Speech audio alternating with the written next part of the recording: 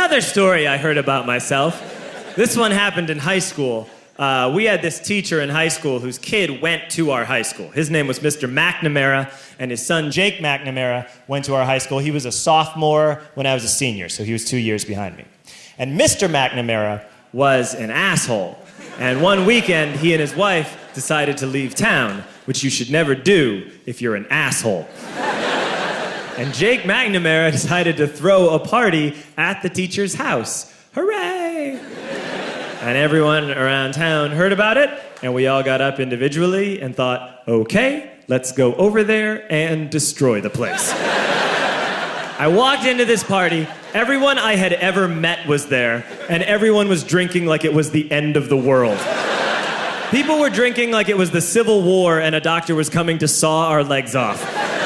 It was totally unsupervised. We were like dogs without horses. We were running wild. I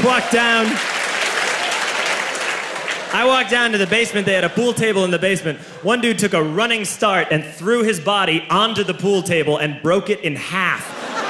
Another kid found out which room was Mr. McNamara's and went upstairs and took a shit on his computer. So the party was going great. I'm standing in the basement and I'm holding a red cup. You've seen movies. And I'm standing there and I'm holding a red cup and I'm starting to black out. And I guess someone said like, something, something, police.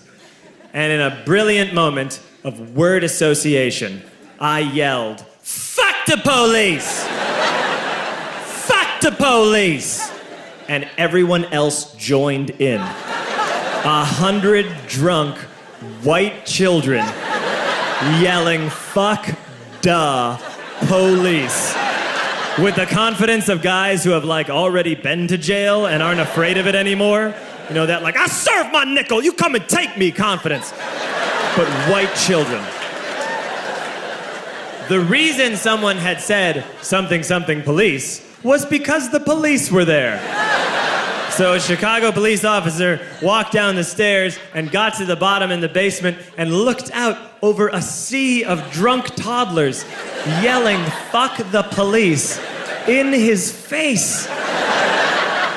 And he was almost impressed. He was like, wow. And then he leaned into his walkie-talkie and went, get the paddy wagon. And my friend John, who is now a father, this man now has a baby, he grabbed a 40, smashed it on the ground, and yelled, scatter! And everyone ran in a different direction. We all ran in different directions. It was like that scene in Ratatouille when the humans come in the kitchen and all the rats go in different ways. We all ran in different directions. I ran into the laundry room and I jumped up on the washing machine and I crawled out through a window into the backyard, and now I'm running through the backyard and there was this big chain link fence and I thought, I've never climbed a fence that high before. And then I woke up at home.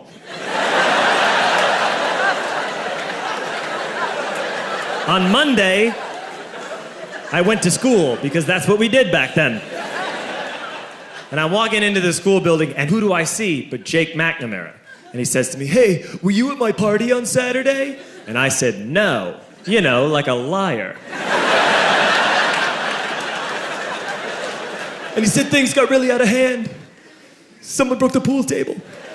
Someone took a shit on my dad's computer. But the worst thing, he says, the worst thing is that someone stole these old antique photos of my grandmother, and my parents are freaking out about it. And I had that thought that only blackout drunks and Steve Urkel can have.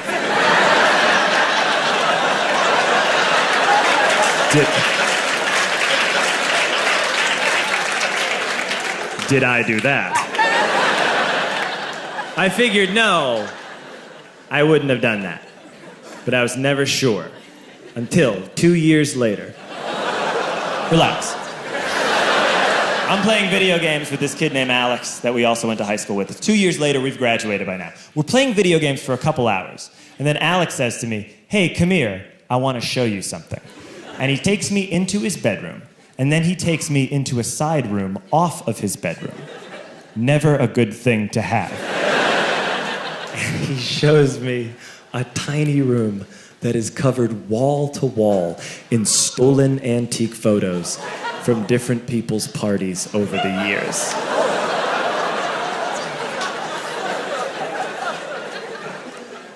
said, why?